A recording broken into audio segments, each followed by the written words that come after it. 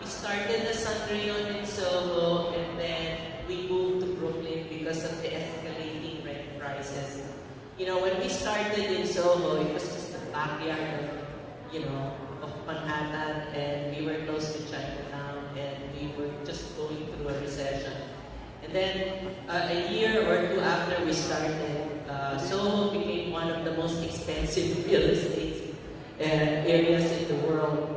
So in 2009, we moved to Brooklyn, and we named it Purple Yam because we wanted it more, related to our food. No ube. Ano ube sa? Oh, ube rin. Okay. So for the past 20 years, we have been promoting Philippine food abroad, whether in New York, the United States, or in Europe. And whenever we talk to Filipinos, it's always coming from lack of pride. Filipinos are always asking, why is our food not out there? Why are Thai, Vietnamese, Malaysian food more popular than Philippines? Well, that's a very difficult question to answer just in one line. There's a whole history related to that. There are people who have devoted dissertations to that. But as far as we're concerned, removing all the emotional aspects of that, I think the answer is really more about education. Because we ourselves don't really know much about our own food. And, there was one incident in our restaurant when we were still in Soho that really hit home to me how much I did not know about our food or culture. And it was this Filipino woman came into the restaurant and ordered all this food. So when I came in the restaurant, I saw her. She was one person with 2 tables put together because she ordered like 7 or 8 dishes. And they were all on her table. And I saw that, I was horrified. And I turned to the waitress and said, what is going on with the table? Why are her appetizers and main courses out all at the same time? We're supposed to finish the appetizers, serve the main courses, and then the dessert. So, and then the waitress said, that's what you wanted me to do, So, and then this woman saw me. She told me, are you the owner? I have a complaint. What? Okay. All right, what's your complaint? Well, I ordered my leche flan 20 minutes ago, and I still don't have it. I said, but you're still eating your food, Can we give you the dessert after you finish? I said, no. I want it right here. I have a spot for it on the table, and I want to look at it while I'm eating. And that's my brain at that point exploded. And I said, oh my God. Filipinos don't think in terms of courses. The whole process is, you see a spread. Filipinos are very visual. They want to see because they want to plan stomach space. See? Everybody's, yeah? When you go to a restaurant and you order in courses, you're being very Western. Okay? A lot of Filipinos would come into our restaurant and say, can I see the dessert menu? What? You haven't even sat down. Look at our menu. No, because I want to know what I'm eating for dessert, and then I plan backwards.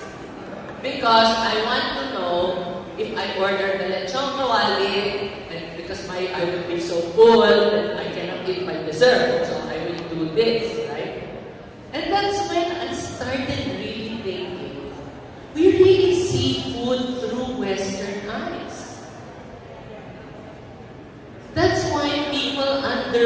value what we have.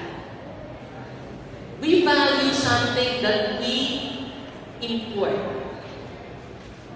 rather than what grows around in your neighborhood or your environment. Okay?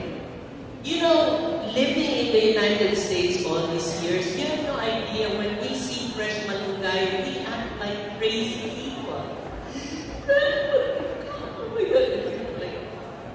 So then, when last year we opened our restaurant in my childhood home in Malate. And you know, I was being a New Yorker, right? Here we were so excited. Oh, I have fresh coconut, freshly squeezed milk, because we use canned milk, canned coconut milk. I have fresh calamansi. And the diner was like, yeah, so what's the big deal? And then I realized, oh yeah, they have this here. We were the ones who were deprived. So anyway, you know, so yeah, all these years, when we say talking about promoting Filipino food, it has to start from us. We have to love what we have. And what I really wanted to do was first take on the concept of palate. Okay, ano yung panlasa? You know? Because I noticed when I first came here, everything was so salty.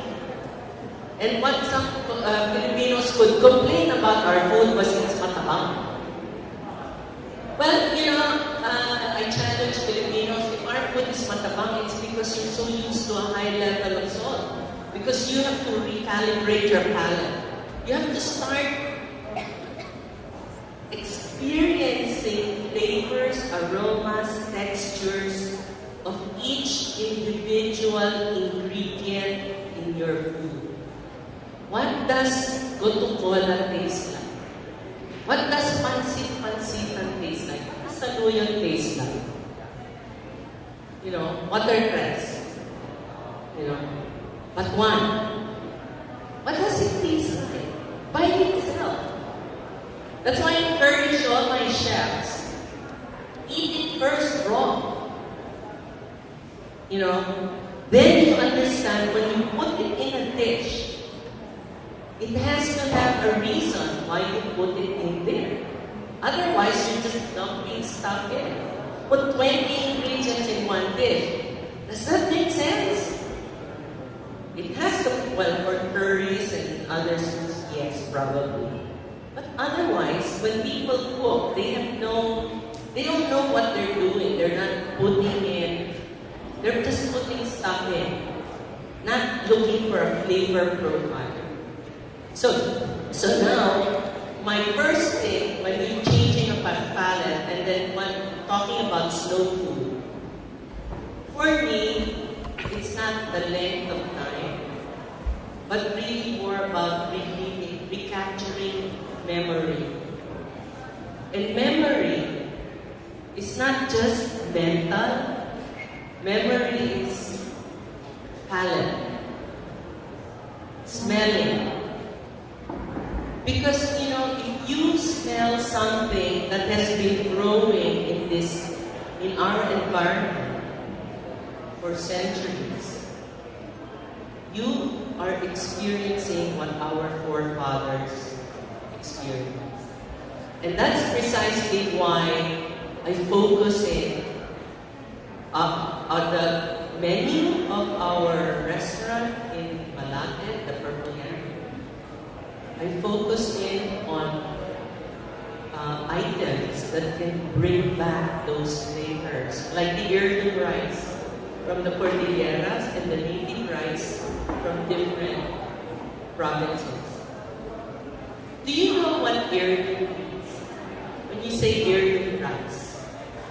Because everybody throws around these terms, heirloom, heritage, organic, natural. Because a lot of people confuse heirloom and organic. It doesn't, those two are not the same.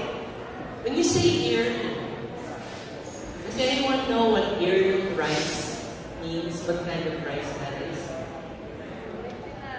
Okay, heirloom is not hybrid. Okay? Heirloom means it's the original variety. It's the same DNA that our forefathers had. And it has to be owned by a family or a community. They own that grain. So if the family stops farming, that grain is lost. So each family has like a grain keeper, a seed keeper, usually a woman. And she's the one who, when they harvest, she picks all the good grains that she's gonna keep for the next, the next time they plant rice. Okay, so that's what heirloom means. The same thing with heritage. Heritage is really about animals, livestock, and they are a particular breed. They're not hybrids. They're not breeds. Okay, so the next slide. Okay, what I decided to do,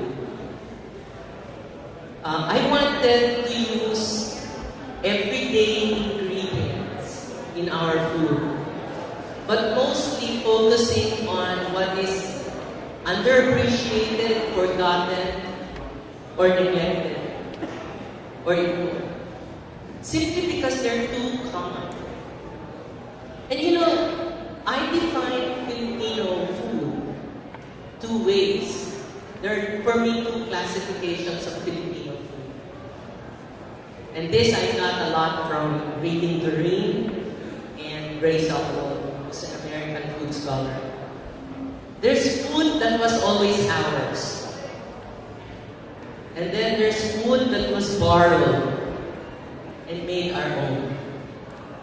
If you really want to understand Filipino food, you read Doreen's seminal essay, Culture Ingested. So it's about indigenization of food. And she has a very, very clear explanation of what Filipinos do to food. Filipinos are very embracing, very universal. I like that, I'll cook that. But the moment Filipinos produce it, it's no longer the original, but it's ours. Examples are like tamales, brinje, like tamales in Mexico were corn, now we made it into rice. Brinje, instead of the bomba rice, we use malagkit and turmeric and coconut milk. So that's basically it. And for me, if I really want to understand what the food that was always ours, it's food made from ingredients that are in our environment. Land, air, and sea. Good things.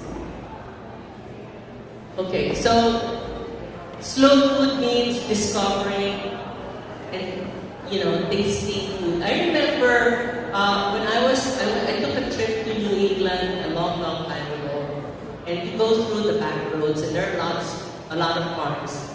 And some farmers they harvest and they put on this roadside, and it's by honor system. So if you want to buy, you can get as much as you want, and you just need money. So there's nobody there watching you. And I remember the first time I bit into a string bean. And I tasted the soil. I almost could taste chlorophyll. And I just realized what I'd been eating was plastic from the grocery. So that's when I started understanding, if you want to understand food, especially if you're in the culinary profession, you need to understand every single item that you're using. Salt, everything.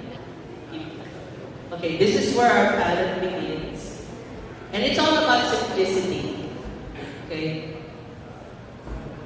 Simplicity means whenever you use an ingredient, it has to have a purpose.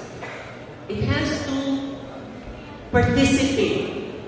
It's like you're telling a story, there are major characters. All the ingredients are either major or supporting characters.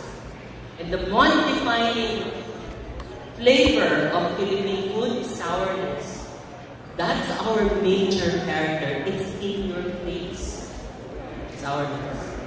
Whereas I've been studying other Southeast Asian and Asian cuisines, a lot of them use souring agents just to mitigate certain flavors. You're just in the background playing a good role, but not a major flavor. So, okay. So these are, just to show you, these are the ingredients I use. And what I do is I source as much from all over the country, but since I am located in Manila, I get a lot of my ingredients from Luzon. But coming here, you have to look at transportation, shelf life, and all that. Annabelle was so nice to send me Patuan, but when it arrived, it was already moldy. So it's like, but that's something I want to work on. So these are salt, spices. So I have different salts. This one is harvested from our ancestral land, Zapates. Then I also use tibao from Bohol and natutol from Timara. Chiles also. Keep going. Alright, this. And then I found out one thing that people should understand, there are varieties. It's not like it's all seeded, it's all amyas, it's all this. Each fruit has a variety. So even labuyo, when I went to Bicol, they said, that's alcalde. They asked me, one is spicier than the other. Next. So this is foreign chilies, Thai chilies. They are taking over the market, so we should really preserve labuyo, which is ours. So this is my husband's beef adobo in gata, and he always puts chilies in adobo. So this, the karamay, right? Bangkili. Yeah. It's a relative of the kamyas. Now, this is just an example of economic and business opportunity, because these karamay, they can be brined and they can be used as olives. And if people want to bottle that, you could sell that to a lot of cars, who use cocktails. And this palapa is a particular palapa ng Maguindanao. It should not be confused with the one in Maranao. This is made by the grandson of Pendatun. Okay, now this is what we do with heirloom rice and native rice. This is a photo shoot we did for Smile Magazine. And this is just a sample of all the different rice that we use. I do not use any commercial rice. Everything is heirloom and organic or native. So, and they all have different aromas. Some of the rice smell like kuchinta, some smell like chorizo, some smell like suman. They're so exciting to try. And they are really main course, And then, keep going. And then, these are all cordillera rice. Keep going. And this is what Annabelle said. This is the upland Negros rice, which we all love. Okay.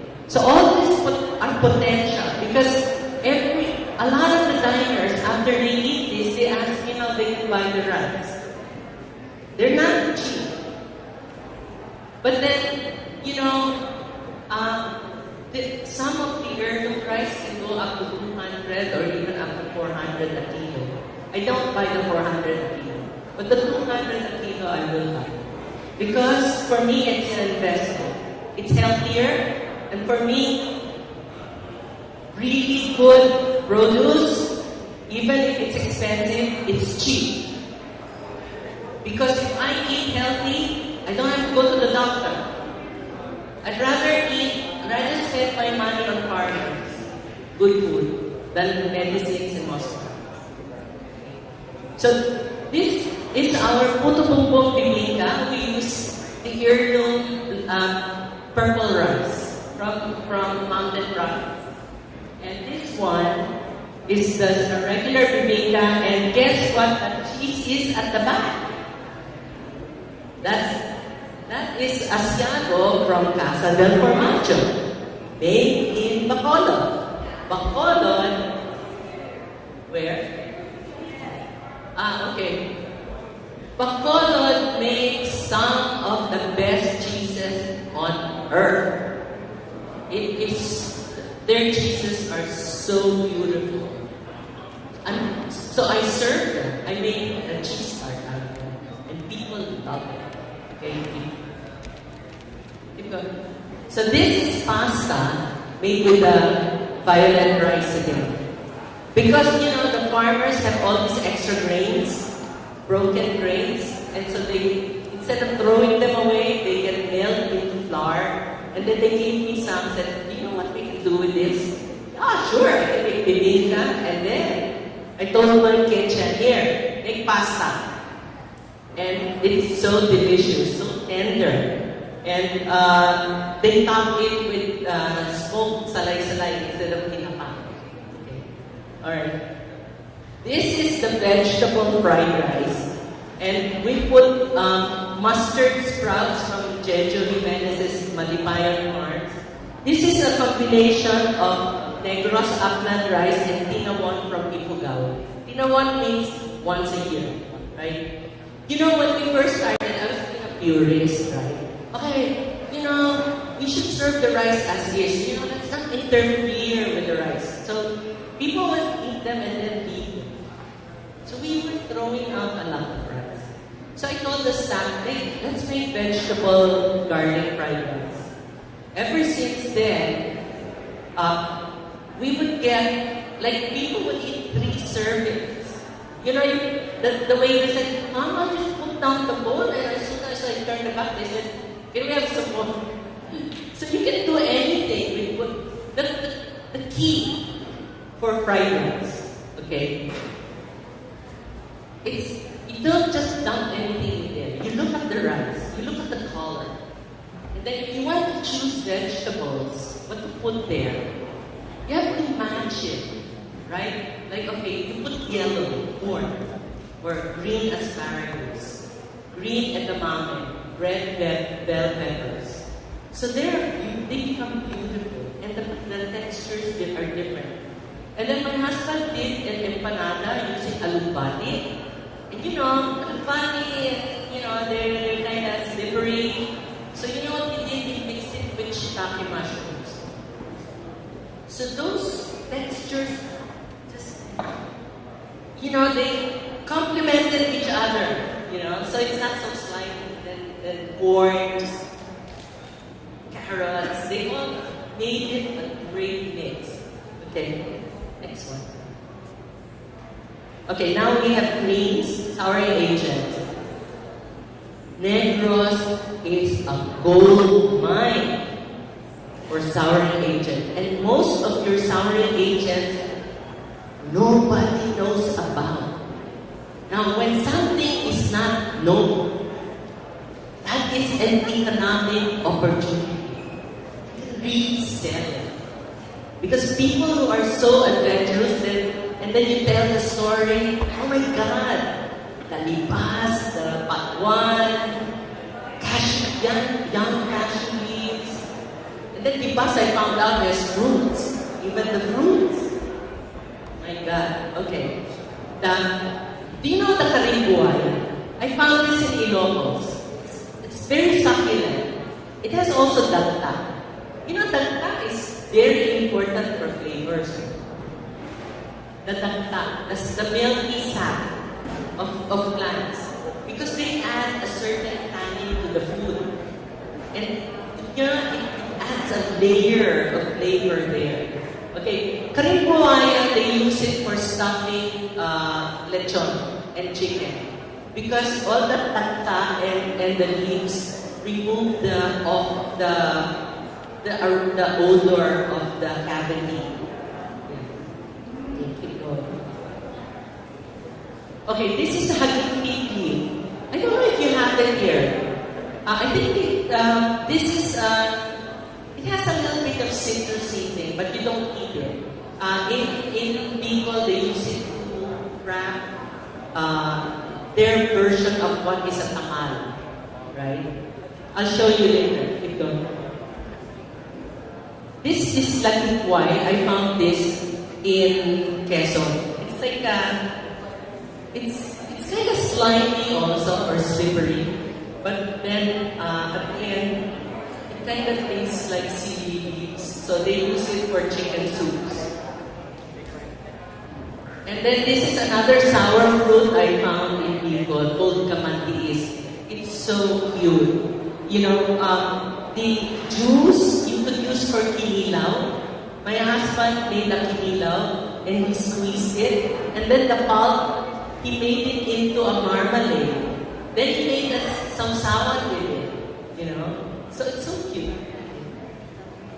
This is, you know, how many citrus fruits do you know? Do you know, I keep kalamansi, dalandan, daya, you know, suwa, biaso. Then there's citron. That's a big one. And then there's lemon tea. You know? And my husband said, oh, you know, we used to play that with that when we were kids. And the tagta, we would spin it around, you know, like spider webs. Going. So, these are the souring agents, and some of those, the ones that Annabelle sent me, I don't know where it is. There's rabanos there. Okay, go on. So, and you know, this is our salad in the restaurant. I do not use lettuce. Absolutely forbidden. It's all native. Alugbati, talbos ng sayote, kamote tops, native spinach.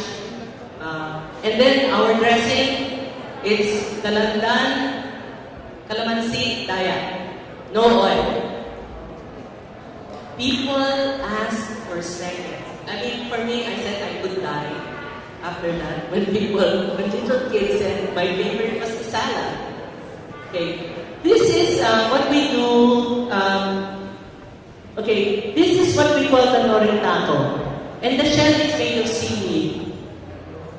Okay, that's another economic opportunity for Negros. You have a lot of seaweed, but nobody does anything with it.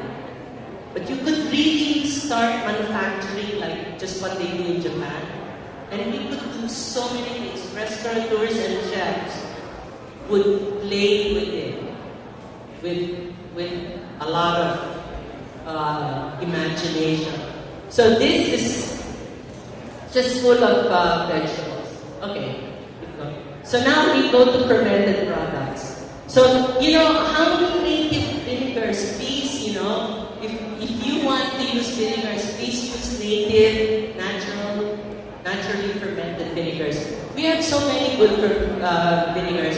But you know what's really missing that will, if we really put our minds to it, we could really produce the best vinegars in the world. Kulang lang, aging. Because a lot of the people who produce vinegars are poor.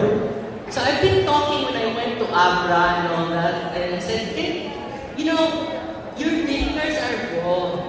You know, they have an edge. They're very wine. They're like alcohol. You know, they're like drinking alcohol.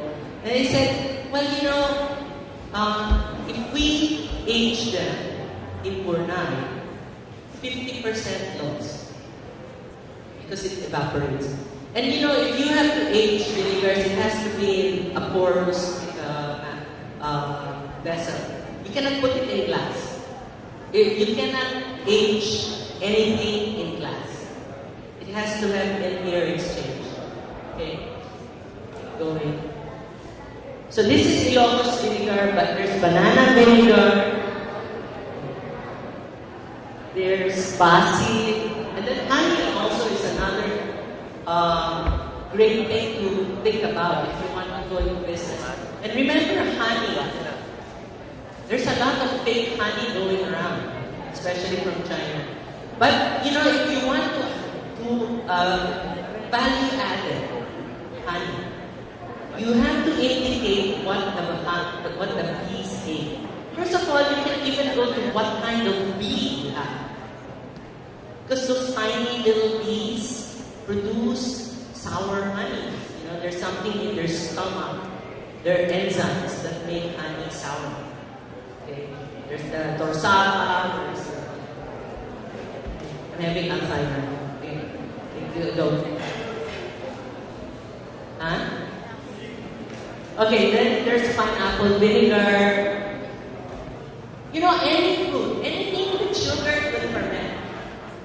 You know, even santol you can make vinegar out of it. This is now vinegar that I found in Cavite State University. That's the Purnay. See, that's what they use to ferment. Keep going. Alright. See, when people ask me, what can we do with adobo? How can we play with adobo? And people go, it's a disgusting thing. Different. No, please. If you want to play around with chicken adobo, you play with the protein and the vinegar. You know, you can make beef with sukang adobo, chicken with nipa, vinegar, there's coconut salt vinegar, use that for lamb. You know, you can use anything, but you produce different flavors. That's how you play around with it. This is our chicken adobo with turmeric and mango vinegar. Okay, this means mango vinegar here. This is sausawan. This is sambal, which is Indonesian. But this is pineapple with chili. It's so great, sausawan. And then those, you can do any sausawan with any vinegar. You can do anything. You know, just unleash all your imagination what you can do with sausawan. Because sausawan is a major part of our food. You know, Filipino food is very democratic. Because the traditional way, the way my grandmother taught me how to cook Filipino food, the seasoning is tama-tama lang. Then, the diner is part of the cooking process. What it finally will taste like depends upon each and every one of you. You want to add a little bit more patis, you want calamansi, you want suka, you want whatever. You can do a million things with your food by sausawan. Okay, and then there are cheeses, you know. This is Malagos, Davao, and they also produce world-class cheese. There are many, many ingredients here that are world-class. Better than most of the cheeses that I've encountered in the States. Okay, keep going. Keep going. And then this is blue cheese. Keep going. Feta, puti. So we make a cheese tart out of it, and people love it. We use 4 kinds of cheeses. We call it our quattro formaggi, rustico, pepato, asiago from here, and quesong puti, or goat cheese. And then, you know what we do? We do a guava combo. And you prepare winner. Keep going. So, sweeteners, let's keep moving. So, you know the sweeteners, you know, other than sugar, there are palm sugars which are disappearing and are in danger. Uri, nipa, kao. We should all help preserve that. Because cocoa sugar is already there. So, then, that's the palm sugar and that's the honey. This is pinupuran. How many know what pinupuran is? It's a Ilocano thing. How many know what tapoy is? Rice wine. Rice wine is made from fermented rice, right? And the pinupuran, this one, is the beginning of rice wine. Okay? And you can eat it, it's sweet.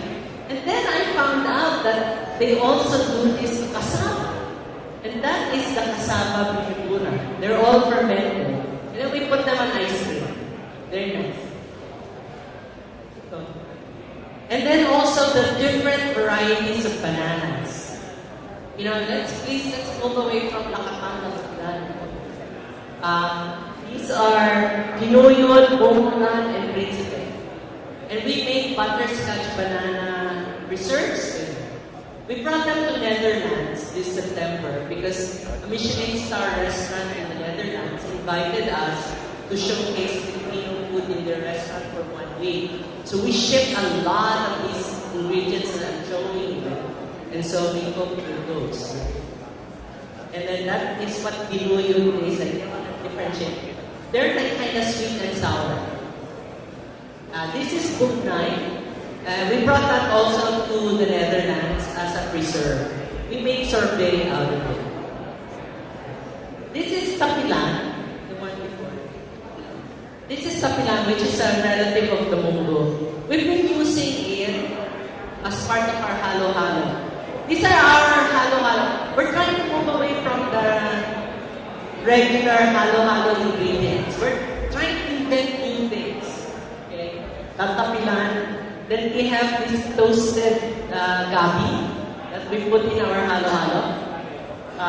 This is either lotus root or sikamas that we put grenadine and then some tapioca starch and then cook it. It's so great for halo-halo. And this is what our ice sundae would look like. We have watermelon ice and then there's Spanish tomato. Okay. And then that's white halo-halo. We put pastillas from gatas ng Palao. So seafood. This is the last part. Okay. One thing in our restaurant, we always get the food, the fish alive in the market. So nothing is frozen. And we try to use local fish. I don't like salmon. So these are all our local food. This is talakito, and that's what we do with it. We stuff it and we grill it and wrap pandan around it. This is bangus that we smoke in apple wood. You know, apple wood. Because my staff found out that other woods are carcinogenic. When you're smoking, you have to be careful. They found out that apple wood is one of the few woods that's not carcinogenic. Well, we get it there in Manila. Yeah, unfortunately, it's important. But, they said mango wood was bad. Unfortunately. But I think you can use coconut shell. I'm sure it's not. Yeah, coconut shell you can use. Okay, this is salay-salay. They're scat. Yellow striped scat. And they're so cute. And then we just smoke them. This is ukoy with shrimps. Okay. And our shrimps, and then we use all our sausawan there. The shrimps are sea shrimps. They're not hard. They're bought still jumping. This is that's the haginghi.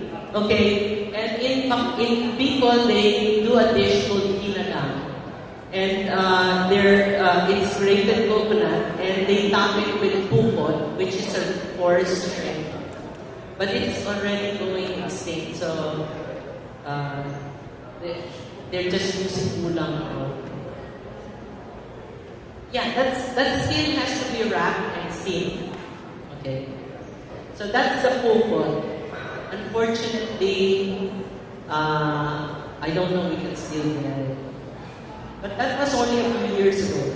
This is what we did in North. We were in invited to cook Filipino food in North Carolina. We did a kinagat there. So we used their South Carolina shrimp and king crab from Alaska. And then buko. Then wrapped it in banana leaves. I'll just end with this. This is soft shell crab that my husband did in the States. And the crust is made with pinipig and pistachio. But you can make it with cashew. So, another way of using pinipig. Okay? I think that's it, right? Okay? That's it. Just to show you, we use all of those ingredients, and it's just the tip of the iceberg. So, I will still, hopefully my journey with doing this restaurant is going through all the provinces, finding out what grows, what you think is not good or not even worthwhile. You know, all those weeds, alimo, they're valuable because they're so high in minerals and nutrients. And they're available, they're cheap, they're easy to grow. That's our fun. Okay, thanks.